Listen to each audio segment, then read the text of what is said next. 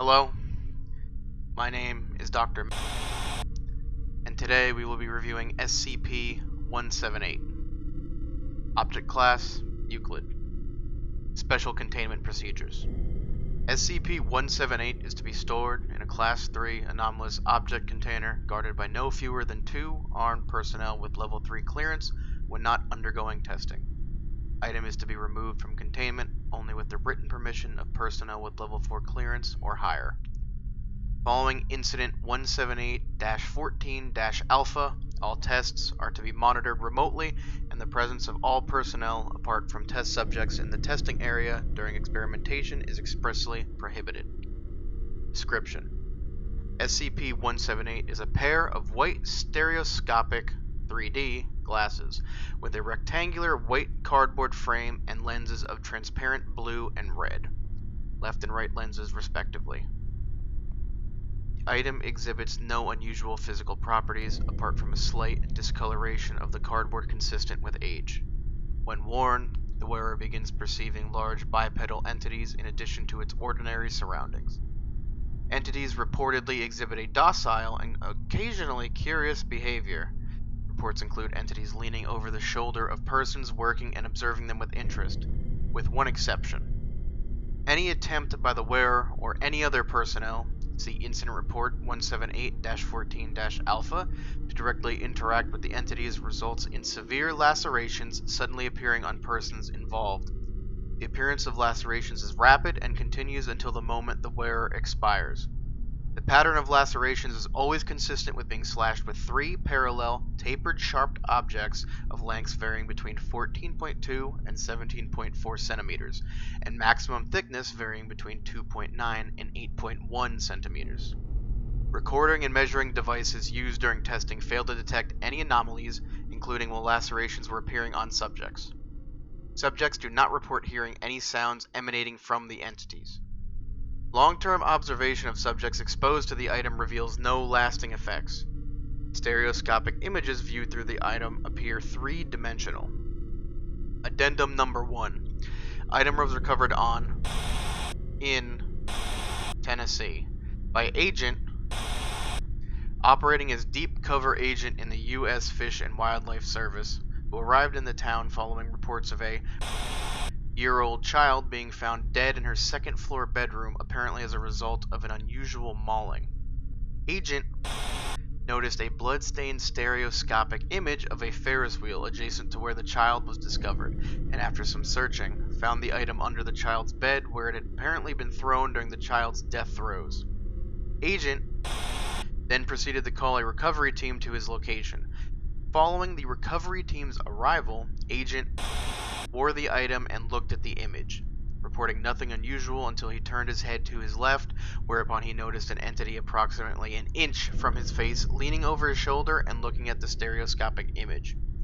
In the debriefing, Agent reported also noticing several other entities in the room observing him and the recovery team.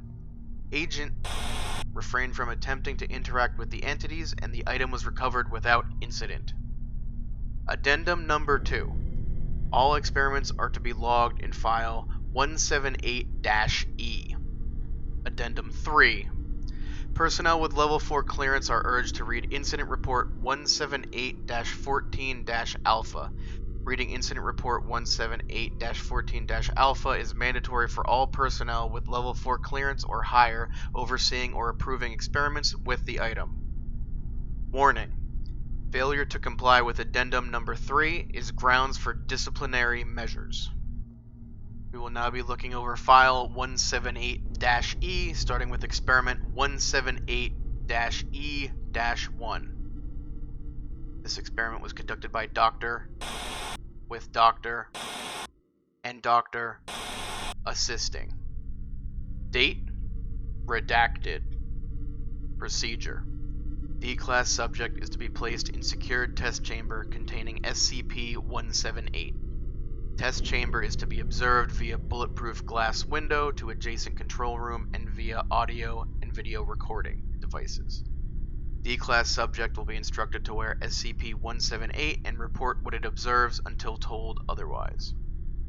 Results: Subject D 17831, male, 41 years of age, no discernible mental abnormalities, is placed in the chamber and told to wear SCP-178. Subject is not told of SCP-178's nature.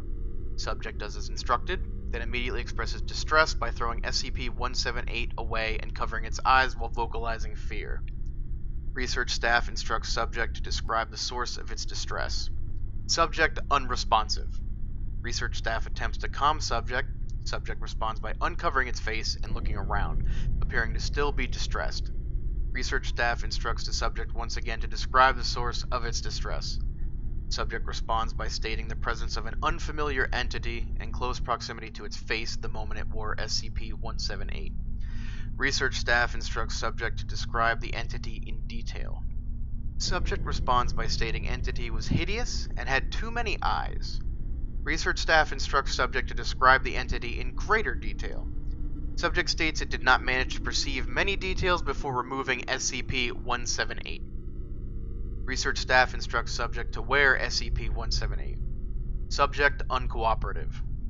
Research staff repeats instruction. Subject uncooperative. Research staff threatens subject with termination unless it cooperates. Subject uncooperative. Testing is ended and subject placed under surveillance to test for long-lasting symptoms of exposure. Subject displays symptoms of mild paranoia for 2 days before returning to normal behavioral patterns. Surveillance ended after 30 days and subject terminated. Note: well, this wasn't very informative, but at least it confirms we have an actual anomalous object in our hands. End experiment log 178-E-1. Now beginning document experiment 178-E-2. Performed by Doctor, with Doctor, and Doctor assisting. Date. Procedure. The class subject is to be placed in secured test chamber containing SCP-178. Test chamber is to be observed via bulletproof glass window to adjacent control room and via audio and video recording devices. The class subject will be instructed to wear SCP-178 and report what it observes until told otherwise. Results. Subject D 63164, female, 31 years of age, no discernible mental abnormalities, is placed in the chamber and instructed to wear SCP-178. Subject is not told of SCP-178's true nature. Subject does as instructed and immediately begins emitting expletives and walking backwards towards the chamber's wall, looking intently at something to its 1 o'clock. Research staff instructs subject to describe what it is seeing. Subject presses its back to the chamber wall and describes seeing an entity standing halfway across the test chamber by the wall looking at the wall. Research staff instructs subject to describe the entity in detail. Subject states the entity is bipedal, possesses 2 additional upper appendages ending in large conical protrusions, and a smooth head. Research staff instructs subject to provide additional details. Subject begins to describe the entity and then suddenly expresses distress, stating, "Oh God, it's looking right at me." Subject collapses against test chamber wall, still staring in the same direction. Research staff inquires as to whether entity is exhibiting hostility or not. Subject states that it is not moving, but looking at it. Subject instructed to remove SCP-178. Subject refuses, stating that it does not trust the entity. Subject reminded that uncooperative behavior will result in termination. Subject removes SCP-178 and begins looking around the test chamber in distress, stating that it can no longer see the entity. Subject instructed to wear SCP-178. Subject complies and states that the entity is still looking at it. Subject instructed to report any changes in the entity's behavior.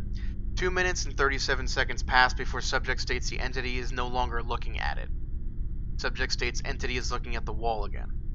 Subject reports no further changes for 17 minutes and 55 seconds. Test ended. Notes. It seems strange that the thing the subject saw was so disinterested, given the way the item came into Foundation attention. We didn't pick anything up in any of the recording equipment either. I wonder if this entity is really there or an illusion generated by the item. End document experiment 178-E-2. Beginning document experiment 178-E-3. Experiment conducted by Doctor, with Doctor, and doctor assisting. Date. Procedure. D-Class subject is to be placed in secured test chamber containing SCP-178. The test chamber is to be observed via bulletproof glass window to adjacent control room and via audio and video recording devices. A fractal blue and red image is to be placed on one wall of the test chamber, and a plastic bin containing 10 standard tennis balls is to be placed near the opposite wall. D-Class subject will be told SCP-178 is an experiment in next-generation 3D specs, and that staring at the fractal image while wearing SCP-178 will allow it to see animated 3-dimensional images. D-Class subject will then be instructed to wear SCP-178 and report what it observes. In case the subject perceives any entities, it will be instructed to throw a tennis ball at them. Results. D51441, male, 27 years of age, arson, murder, no discernible mental abnormalities. Is instructed to stand at the end of the test chamber opposite the fractal image and wear SCP-178. Subject complies and expresses surprise and discomfort. Subject instructed to describe what it perceives. Subject states it perceives 2 entities standing in the room.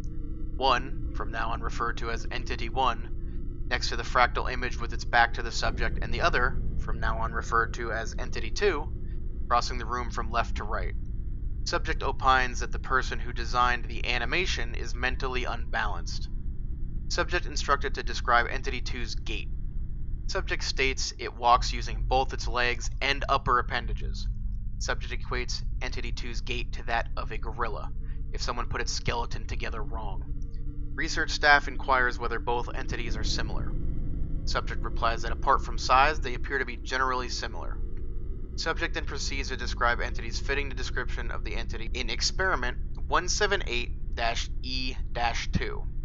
Subject instructed to pick up 1 tennis ball and throw it at Entity 2. Subject complies. Both the research staff and the audio recording devices observe the ball moving uninterrupted until it hits the floor on the opposite side of the test chamber. Subject expresses surprise and distress, attempting to back away for 0.7 seconds before severe lacerations begin appearing on its body. Appearance of lacerations continues for 4.7 seconds until subject presumably expires from massive bleeding and trauma. Autopsy on expired subject reveals lacerations consistent with being slashed by 3 sharp objects, relatively thick and tapering to a point approximately 17 centimeters in length and 4 centimeters in maximum width. Analysis of ball thrown by subject discovers only trace amounts of human sweat, matching subject D51441. Notes. Holy. It would appear that these things do not like being disturbed. On the other hand, that ball sailed through the air like nothing was there, and with the death of the subject, we cannot know if it is indeed past where the entity was or not. This is still far from conclusive, but the pattern of laceration matches the findings at the item's recovery site, so at least we've established beyond any doubt that it is dangerous. It's interesting to note that so far the entities are pretty consistent in appearance, despite variance between test subjects. I wonder if any non-violent interaction between the subject and the entities is possible. End document Experiment 178-E-3. End review. Any modifications required for special containment procedures? None. Object class to remain Euclid. Again, this has been Dr. That is all for today. Goodbye.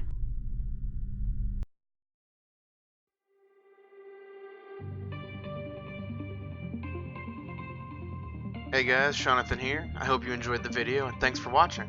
If you enjoyed the content, feel free to like, comment, and subscribe. You can also hit that notification button so you know whenever I go live or upload a video. It helps me out tremendously when you guys do, and I appreciate it greatly. You can also check out the description below and pop over to my Twitch or Discord server if you want to be a part of those communities as well. So, thanks again, and I'll see you all next time. Bye-bye!